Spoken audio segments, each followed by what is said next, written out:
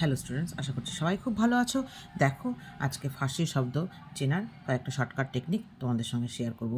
দেখো, আইন সংক্রান্ত বেশিরভাগ শব্দই কিন্তু আরবি, ঠিক আছে, কিন্তু আইন শব্দটা নিচে কিন্তু ফার্সি, ঠিক আছে। এই আইন সংক্রান্ত এই 10টি শব্দ কিন্তু ফার্সি, আর বাদবাকি আইন সংক্রান্ত আর যে সকল শব্দ আছে সেগুলো কিন্তু আরবি, ঠিক আছে। তো এই 10টা শব্দ কী কী দেখো, একটা হচ্ছে আইন, দরবার, দারোগা, চাপরাশি, নালিশ, পেয়াদা, কাজী, পেশকার, ফরিয়াদি, সালিশ, ঠিক আছে। তাহলে কি হচ্ছে?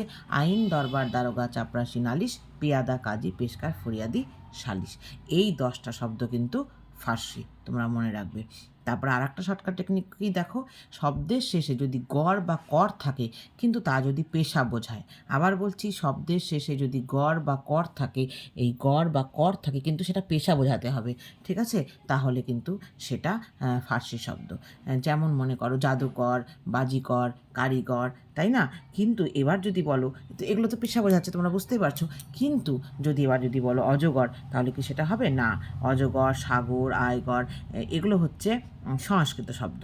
তো এগুলো যেহেতু পেশা বোঝাচ্ছে না, তাহলে পেশা বোঝাতে হবে এবং কর বা গড় থাকবে এবং পেশা বোঝাতে হবে, তাহলে কিন্তু সেটা ফার্সি শব্দ। আর একটা দেখো, ফার্সি উপসর্গ যোগে গঠিত শব্দ কিন্তু ফার্সি শব্দ।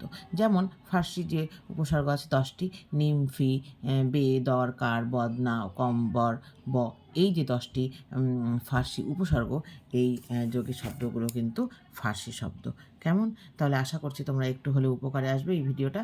তো দেখতে থাকো, পরের ভিডিওতে আরও এরকম কয়েকটা শর্টকাট টেকনিক তোমাদের সঙ্গে শেয়ার করব।